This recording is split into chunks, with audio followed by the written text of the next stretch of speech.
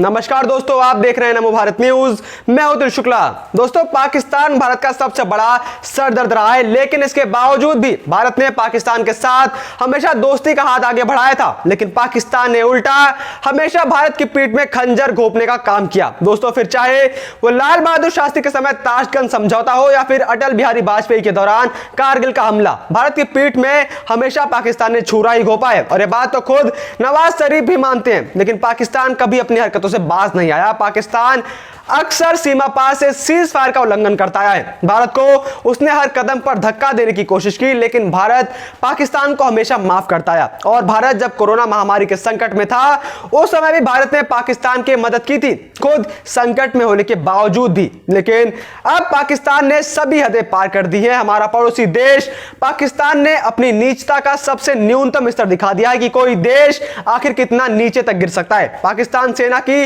भारत विरोधी सोच कभी बदल नहीं सकती। वो किसी ना किसी तरीके से भारत विरोधी गतिविधियों को बढ़ावा देता ही रहता है। अब अमेरिकी रिपोर्ट में उसके बारे में चौंकाने वाला खुलासा हुआ है।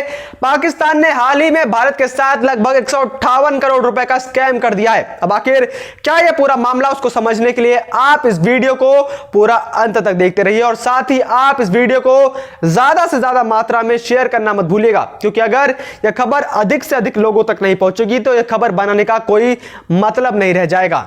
दोस्तों, कटोरा खान और उसकी आवाम आए दिन भूखी मर रही है और FATF यानी कि फाइनेंशियल एक्शन टास्क फोर्स ने भी पाकिस्तान को अपनी ग्रे लिस्ट में डाल रखा है। और अब जो हरकतें उसने कर दी हैं, उसके बाद इसका ब्लैक लिस्ट में जाना पक्का हो चुका है। दोस्तों, पाकिस्तान वो मुल्क है जो एक देश की टोपी दूसरे देश कर रहा है। वो कभी चीन की टोपी सऊदी अरब को पहना रहा है तो कभी UAE की टोपी चीन को पहनाता है। कहने का मतलब है कि वो सब देशों से उधार लेकर बैठा है। जब सऊदी अरब ने इससे पैसे मांगे तो उसने चीन से उधार लेकर चुका दिया।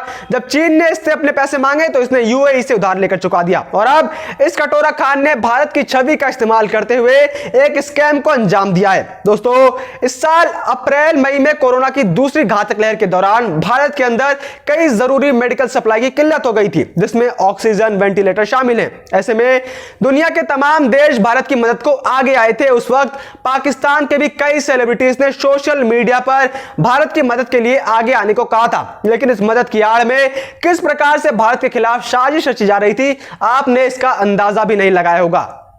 दरअसल कोरोना महामारी की दूसरी लहर ने भारत में बड़े पैमाने पर तबाही मचाई है। इस संकट से लोगों को राहत पहुंचाने के लिए दुनिया भर से लोगों ने डोनेशन के रूप में आर्थिक मदद भेजी, जिसके लिए बहुत से NGO सामने आए और उन्होंने विश्व भर से मदद इकट्ठा करके भारत को भेजा। हालांकि इस आपदा को कुछ NGO ने पैसा कमाने के अवसर के रूप में देखा। इन संगठनों ने भारतीयों के नाम पर चैरिटी के जरिए अवैध रूप से फंड जुटाए और अब इसी स्कैम 2021 को खुलासा हुआ है। जी हां दोस्तों, हाल ही में ऐसी ही एक कई चैरिटी संगठनों का पर्दाफाश हुआ है जो भारत की कड़ी मेहनत से अर्जित सद्भावना का फायदा उठाकर धन जुटाने में कामयाब हो रहे हैं। ऐसी एक संगठन जिसने भारत के लिए काम करने का दावा किया है वह है Islamic medical association of north America IMANA, जिसका अब खुलासा हुआ है। अमेरिकी स्थित डिसइंफो लैब नामक संस्था कोविड-19 स्कैम 2021 नाम से एक विस्तृत रिपोर्ट तैयार की है। डिसइंफो लैब की रिपोर्ट में कहा गया है कि कोविड-19 की आड़ में पाकिस्तान से जुड़े NGOs ने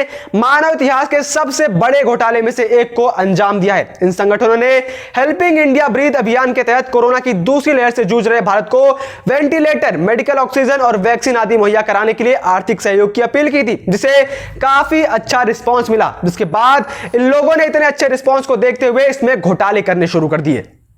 रिपोर्ट के मुताबिक इस संगठन ने दुनिया के आने जाने वाले लोगों से भारतीयों की मदद के नाम पर करोड़ों की धनराशि इकट्ठी की, लेकिन यह बड़ी राशि चोरी हो गई। रिपोर्ट में कहा गया कि इतनी बड़ी राशि कहां गई, इसकी जवाबदेही तय करने के लिए कोई व्यवस्था ही नहीं है। भारतीयों के लिए चंदा जुटाने के लिए IMANA ने पिछले महीने चर्चा शुरू की। संस्था ने 27 अप्रैल 2021 को इंस्टाग्राम पर #हेल्प इंडिया ब्रीथ अभियान शुरू किया। इस अभियान के तहत शुरुआत में 1.8 करोड़ रुपए जुटाने का लक्ष्य रखा गया। यह काफी दिलचस्प है कि IMANA का भारत में कोई दफ्तर, ब्रांड या नुमाइंदा नहीं है। बावजूद भारतीयों की मदद के नाम पर फंड जुटाने के लिए संस्था आक्रामक तरीके से अभियान चला रही थी।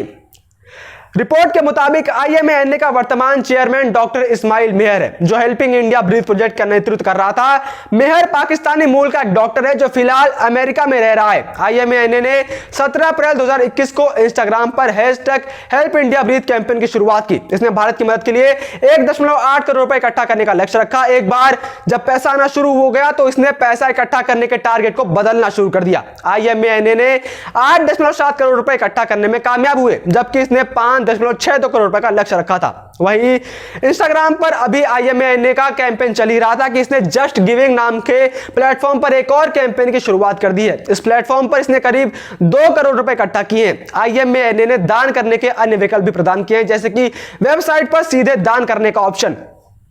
रिपोर्ट के मुताबिक आईएमएएनए के अध्यक्ष ने 7 मई को दावा किया कि दूसरे दिन $1 लाख तक पहुंचने के बाद आईएमएएनए को हर घंटे $1 लाख की रफ्तार से दान मिलने लगा। इस तरीके से अगर इन पैसों की गणना की जाए तो पता चलता है कि इस संगठन ने करीब $4.12 मिलियन से लेकर $21 मिलियन तक की राशि जमा की। भारतीय रुपयों में यह राशि 30 करोड़ से 158 करोड़ रुपए के करीब बैठती है।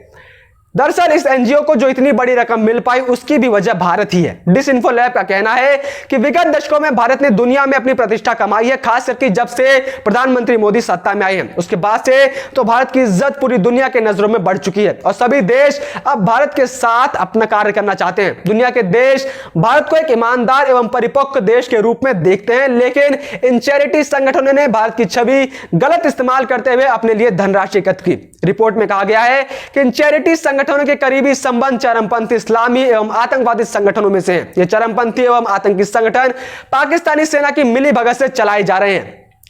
दरअसल आईएमएएनए खुद को एक पारदर्शी संस्था कहती हुई नजर आती है, जिसका भी भांडा डिसइंफो लैब ने खोल दिया है और इसके पाकिस्तान से कनेक्शन की भी सारी गत्ती सुलझा कर रख दी है। डिसइंफो लैब ने कहा कि देखते हुए कि आईएमएएनए के पास एकत्र किए गए फंड के बारे में लगभग शून्य पारदर्शिता है, ऐसे में इसे प्राप्त होने वाली वास्तविक राशि का पता लगाने का कोई तरीका ही नहीं है। आईएमएएनए अल मुस्तफा वेलफेयर ट्रस्ट AMT के माध्यम से पाकिस्तान को सहायता प्रदान करता है। रिपोर्ट में आईएमएएनए केयर 2020 वार्षिक रिपोर्ट का हवाला देते हुए इसकी जानकारी दी गई है। रिपोर्ट के मुताबिक AMT पाकिस्तान की मिलबश सैन्य राजधानी का हिस्सा है, जिसका इस्तेमाल पाक सेना के निजी फायदे के लिए किया जाता है। इन संगठनों के कट्टरपंथी इस्लामी और आतंकवादी संगठनों के साथ रिश्ते हैं और पाकिस्तानी सेना के साथ मिलीभगत भी है। संदिग्ध रिकॉर्ड वाले और FCRA की मंजूरी के बिना कई संगठनों ने अभियान चलाए और धन जुटाया। डिसइंफो लैब का कहना है कि भारत की मदद के नाम पर 66 अभियान चलाए गए थे, जिनसे मिली राशि गलत कामों में इस्तेमाल हो सकती है। यहां पर गौर करने वाली बात यह है कि ईमाना का भारत में कहीं भी कोई दफ्तर, ब्रांड या प्रतिनिधि नहीं है, इसलिए इसे चंदा जुटाने से कहीं रोका नहीं जा सका। दरअसल इन संगठनों को पाकिस्तानी सेना द्वारा संचालित आतंकी गुटों से गहरे रिश्ते होने की बात सामने आ चुकी है। लिहाजा माना जा रहा है कि चैरिटी के नाम पर जुटाई गई रकम का इस्तेमाल भारत विरोधी प्रदर्शनों और आतंकी हमलों को अंजाम देने के लिए किया जा सकता है, जिसके बाद अब इस मुद्दे पर पाकिस्तान चुप बैठा पड़ा है।